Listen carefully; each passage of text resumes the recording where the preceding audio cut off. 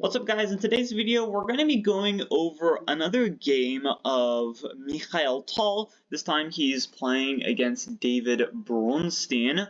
Now, some things I want to say before we start this, before we go over, analyze this game. I'm writing a book on Substack, and I also have another channel on YouTube where I make religious videos. I'll leave a link tree in the description box below so that you can access both of them. Now, let us get started.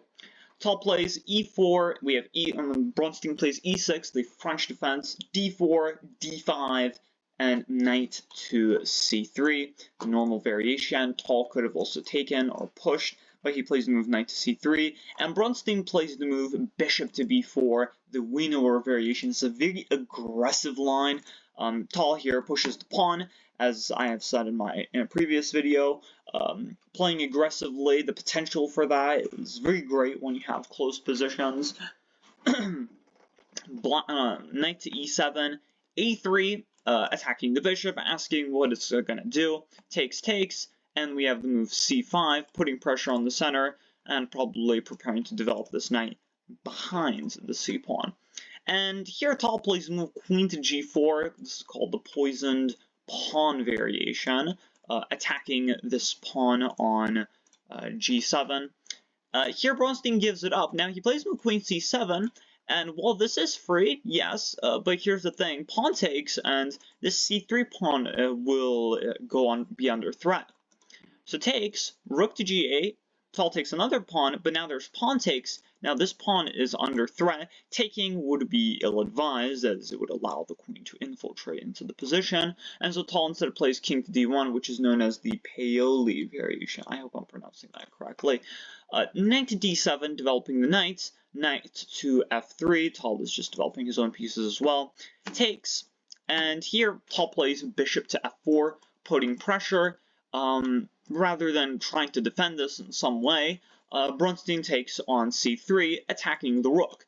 Tal, however, being someone who, loves making sacrifices, doesn't really care much for the rook, and instead goes for the knight, takes, and brings back the bishop. Now, yes, Tal is down material, but, for this sacrifice of material, he has brought his knight closer to the king, which has not castled yet, and obviously has some threats over here. So check, bishop here, and Bronstein plays the move rook to f8, guarding this pawn on f7. Bishop to d3, developing the bishop, getting ready to activate the rook. Also, activating this bishop down towards the king side. Bishop to d7, Black's also activating his own, Bronstein's also activating his own rook. And here we have king e2, preparing to play bishop to h6, which would attack the rook, and would also reveal an attack on the queen. Bronstein plays f6, targeting the knight. Tal, however, doesn't really care about the knight. He just plays bishop to h6, targeting this rook, and revealing an attack on the queen. We have queen x a3, and Tal here grabs the rook. Rather than taking, which would obviously just lead to checkmate, here Bronstein plays the move queen to d6, trying to get the queen closer to the king.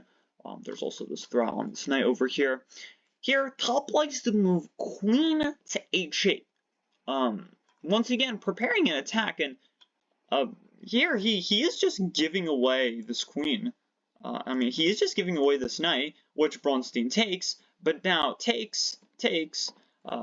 obviously you can't take with the queen, and after takes, Bronstein loses his rook. And so we have a position where now Tal is up material, he's up the extra rook. And another thing is that in terms of king safety, well, both kings are definitely not all cozy and snug and like highly fortified castles up in the mountains. Definitely this king is a bit more safer than this king. And now Bronstein plays e4, attacking the bishop. Once again, Tal goes for a sacrifice, sort of. Well, yeah, here Tal goes for a sacrifice. He plays the move rook to a1, and activating the rook. And the point is, this pawn's under threat, and now he's attacking it with this pawn. And so, even if, Tal does lose this bishop, right, and it's kind of interesting, even towards the endgame, even in the endgame, Tal's making a sacrifice. Tal is saying, okay, well, you can take this bishop. I don't really care after you take this bishop and I take. I'm just going to take this. I'm going to take this. And once I get in here, all hell will be let loose. Bronstein, however, didn't like this, and he played bishop to c6, defending the pawn, and now Tal takes with his queen. Takes, and he actually still ended up losing the bishop, and wasn't really able to get in. At least not yet. Check. Tal just moves his Tal just moves his king. Queen takes, and now Tal plays the move queen x to d4, grabbing this pawn here. And now this is really bad because, yeah, this king is in a very dangerous position. My king is also, I mean, not my king. Tal's king is also not super safe, but compared to this king, like I said, it's much more safer. Check, king to e2. Black can't really take this rook because as it's already defended. And here we have queen takes. Here, Tal jumps in with the rook, cutting off the king, getting closer to Bronstein's king. We have queen to g5, and check. The king moves, and now Tal jumps in. And this is not very good. Black can't go here, it can't go here, it can't go here, here, here, here, or here. In fact, Bronstein only has one place to go, right? And yeah, this is not looking very good. Black is already caged in by its own pieces. It's cut off on the bottom rank. Bronstein plays e5, probably to try to free up some space for the king. But now Tal gives a check. If you're wondering why, by the way, Bronstein didn't block with the queen here. I mean, if he did, then takes, and then this is just a winning endgame.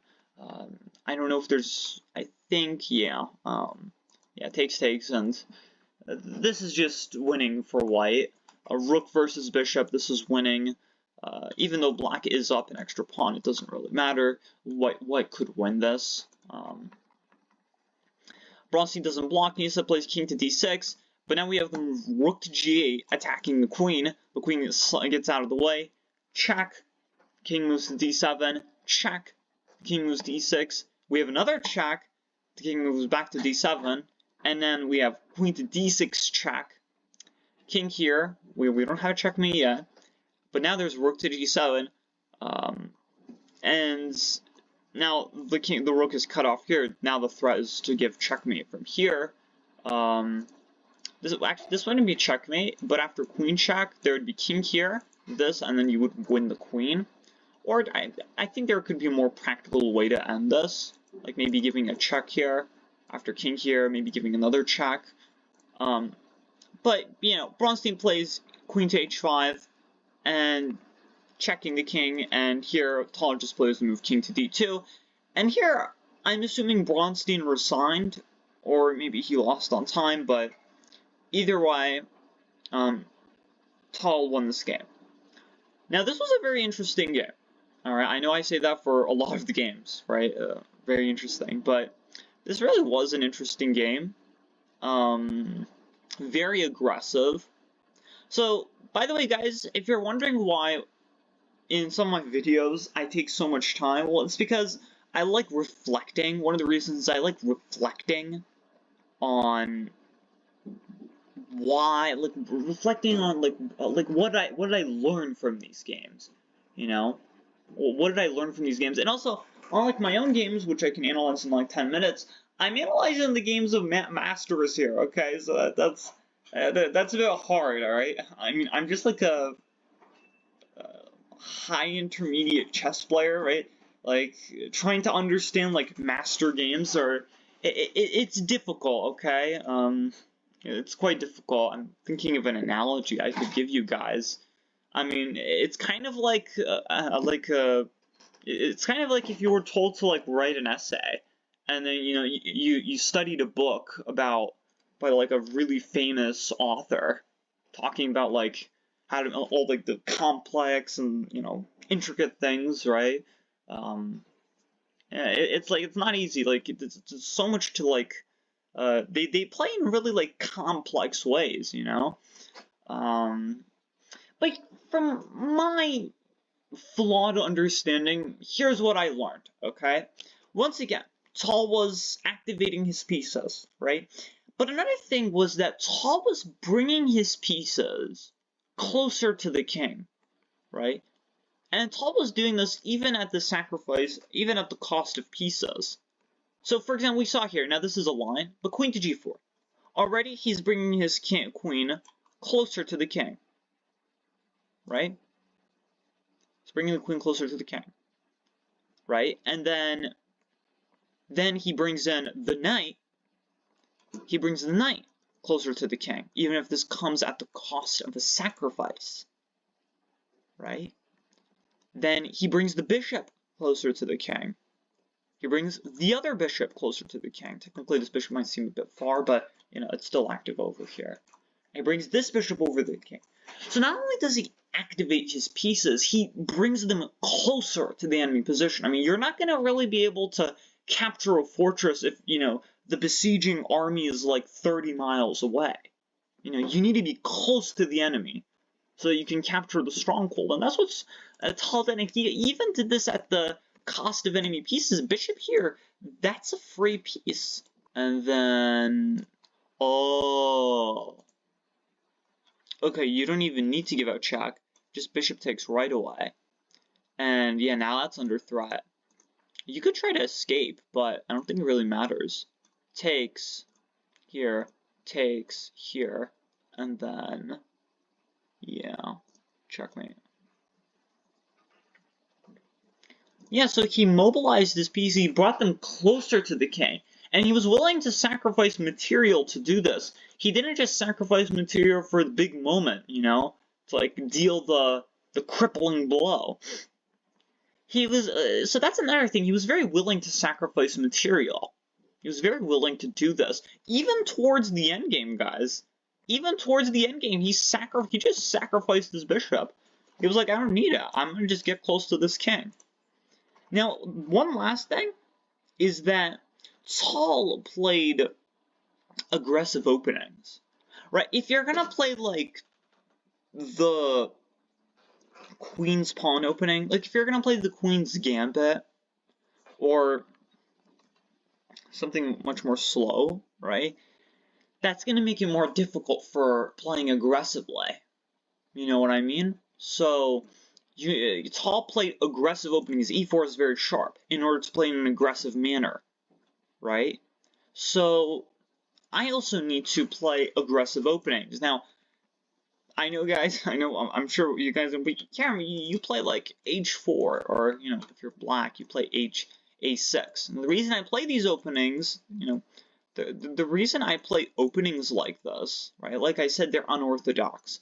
They throw off the opponents, because the problem is, when you play openings like E4, people expect these openings, right? And you guys could say, well, try to play something unorthodox within those orthodox, so orthodox within the orthodox.